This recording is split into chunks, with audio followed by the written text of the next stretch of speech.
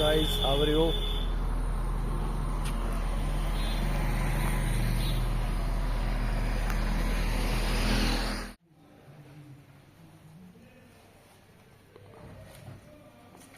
Preparation of the way.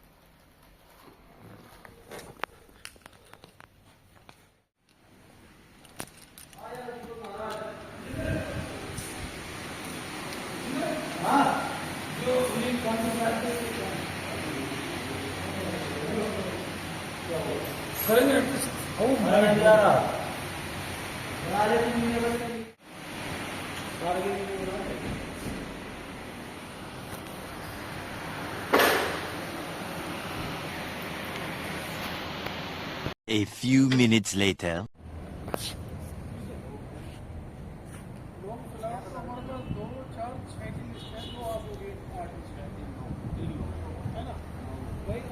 कैसे adjust करोगे? Matrix दे देंगे हम आपको, वो कैसा आप लोग करोगे वो तो देखो हमारी मजबूरी है, जब हमारे पास नाम ही नहीं था हम कैसे व्यवस्था करेंगे, है ना? अब उसको आप मैट्रिक्स डाल के जैसे भी व्यवस्था कर सकते हो। The next day.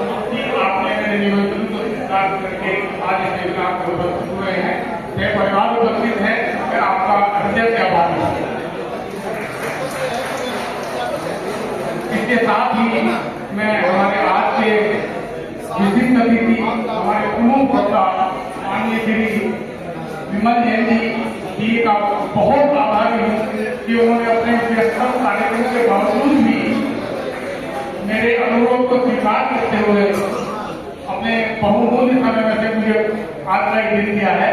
मैं सदैव आपका जीवन भर मानूंगा और आपका हमेशा आभारी रहूंगा कि आपने परिवार के साथ मेरे सेमिनार में पधारकर मैं केवल 4 चांद लगाए हैं, इसके साथ साथ मुझे एक मानसिक बल भी दिया है कि मैं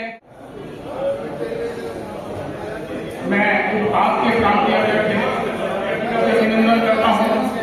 साथ ही हर्ष शर्मा जी का है जिन्होंने यहाँ पधारकर मेरा मान बढ़ाया और इस सेमिनार के मार्गदर्शन के बिना इस सेमिनार का आयोजन संभव नहीं था। मैं आपका इसके अतिरिक्त मंच पर उपस्थित मेरे बड़े भाई, मेरे बहुत प्रिय मित्र कैप्टन एन.टी. अरोड़ा जी मेरे निमंत्रण पर यहाँ पधारे हैं। मैं उनका हार्दिक स्वागत और अभिनंदन करता हूँ। प्रांतीय कोषाध्यक्ष मुकेश शर्मा जी भी उपस्थित है, मैं उनका भी हार्दिक स्वागत करता हूँ। अलीगढ़, आगरा, मथुरा, नोएडा यानी हमारे स्वाधीनता होने के बाद जो सबसे बड़ा बदलाव इनडायरेक्ट टैक्स में आया वो जीएसटी। जीएसटी की वजह से multiplicity of taxes and cess, आपको मालूम है अराउंड 17 इनडायरेक्ट टैक्सेस और 23 सेस होते थे, सब मर्ज कर दिए एक साथ में। पहला अचीवमेंट। दूसरा अचीवमेंट ये हुआ कि जो डबल टैक्सेशन लगता था वो जीएसटी में खत्म हो गया। आपने कई आइटम देखे होंगे कि प्री जीएसटी में टीआरपी के ऊपर वर्क्स कॉन्ट्रैक्ट, पर जीएसटी में क्लैरिटी हो गई, या ये सप्लाई ऑफ गुड्स होगा या सप्लाई ऑफ सर्विसेज होगा। Cascading of taxes pre GST में अगर आप देखें तो सेंट्रल एक्साइज की क्रेडिट वैट में नहीं थी और वैट की क्रेडिट सेंट्रल एक्साइज में नहीं थी। ये cascading of taxes to certain extent GST में खत्म हो गया। हम दो आइटम हैं, सेक्शन 17 सबसेक्शन 5 नेगेटिव लिस्ट, जहां हमें क्रेडिट नहीं मिलता, खत्म होने आ रहा है। तो मैंने एक रिमाइंडर भेजा कि सर मैंने रेक्टिफिकेशन एप्लीकेशन डाली हुई है, आप मुझे पीएचडी नहीं दे रहे हैं, मेरा अपील का टाइम खत्म होने वाला है और आप रिकवरी चालू कर देंगे। सर आपके पास पेंडिंग है, रिकवरी चालू मत कीजिएगा। उनके पास तो रेक्टिफिकेशन को तो आपको मालूम है पेंडिंग क्या हो रहा है, 6 महीने 9 महीने। इमीडिएटली इस लेटर के बाद, एक्नॉलेजमेंट लेने के बाद मैंने दिल्ली हाई कोर्ट में रिट पिटीशन फाइल। मेरी स्ट्रैटेजी का नेक्स्ट वेब, मैं दिल्ली हाई कोर्ट में रिट डाल रहा हूं कि ये जो इम्प्यून्ड ऑर्डर है क्यों इम्प्यून्ड है। मैंने मैरिट के ऊपर आर्गुमेंट नहीं, मैंने कोई प्रेयर मैरिट के ऊपर नहीं डाली कि 18 लगेगा या 28 लगेगा। लॉर्डशिप ने मुझे डे 1 पूछा what is this case all about, ये केस है क्या। मैंने कहा lordship only 3% of my total turnover which is combo sale of charges and exchange is a disputed one, whereas demand is confirmed on my total turnover lordship. My only submission is that this order should be rectified, but I have not given any kind of period by the authority as of date, and that is the reason I am putting up my case before your lordship. Lordship ने पूछा order देखने के बाद कि आपने supporting document क्यों नहीं दिए थे। जब मैंने कहा लॉर्डशिप अगर मैंने नहीं दिए तो ये उससे मांग लेता है, किसे क्या चाहिए। आप सुन रहे हैं मेरी बात। वो बोलता है इसने सपोर्टिंग डॉक्यूमेंट नहीं दिए, तो मैंने कहा सर ये मांग लेता है, इसे कौन से सपोर्टिंग डॉक्यूमेंट चाहिए, इसको मना नहीं किया। मैं सेकंड वे को आऊंगा, मुझे बोलना पड़ा कि अगर इस तरह की बात को नहीं किया जाए तो फिर यही होगा जो हो रहा है। सेकंड डे की डेट मिली मुझे, मैं कह एडीसी साहब के पास। एडीसी साहब मुझसे बोलते हैं विमल जी आप हाई कोर्ट से लेकर आप तो मुझे सुनने को तैयार नहीं थे, मैं तो आपसे मिलने के लिए भी आया था, आप मेरी बात ही नहीं मान रहे थे, मुझे हाई कोर्ट जाना पड़ा। मुझे आपसे ये फेवर नहीं चाहिए कि 18 या 28 है, आप कम से कम जो 3% डिस्प्यूटेड है वो ऑर्डर पास कीजिए ना, मैं उसकी अपील फाइल करूंगा। लेकिन टोटल टर्नओवर में डिमांड कंफर्म, या आप लॉजिक बता दीजिए कि टोटल टर्नओवर कंपोजेल है, आपको कहां से मालूम पड़ा। काउंटर है, आप बताइए आपको कैसे मालूम पड़ा कि टोटल टर्नओवर कॉम्बो टर्नओवर है। मैंने तो लिख के दिया है 3% कॉम्बो टर्नओवर है। सर अधिकारी को मैंने नहीं किया, अधिकारी को कई बार हमें बताने के लिए उसकी आप हमें झाड़ना पड़ता है, नहीं झाड़ेंगे तो हर वक्त बोलना जरूरी है। आप मुझे नेता मत बनाइए।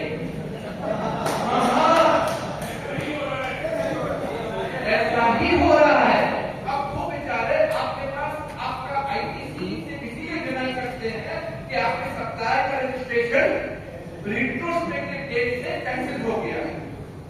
अब क्लाइंट मुझसे बोलता है जज साहब 1 महीने से ज्यादा अगर मेरा रजिस्ट्रेशन कैंसिल रहा तो मुझे 50 लाख रुपए का नुकसान है, 50 लाख का नुकसान है।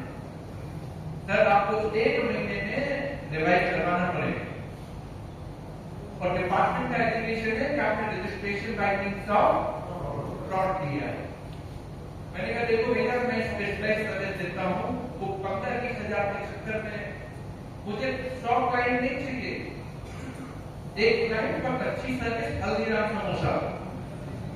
तो आप हंसिए मत, आपको भी यही कह रहा हूँ कि यही करना पड़ेगा। आगे वाली प्रैक्टिस यही कर, बैच की प्रैक्टिस डिफरेंट होती थी। बैच में पोर्टल नहीं होता, आज अकाउंटेबिलिटी हर कोई हर किसी को देख रहा है आज की डेट में। सर इसीलिए कह रहा हूं कि आप सर्विसेज को प्रॉपर तरीके से देना पड़ेगा। मैंने रिप्लाई किया 23 मई 2023 को, 23 मई 2023 को रिप्लाई किया।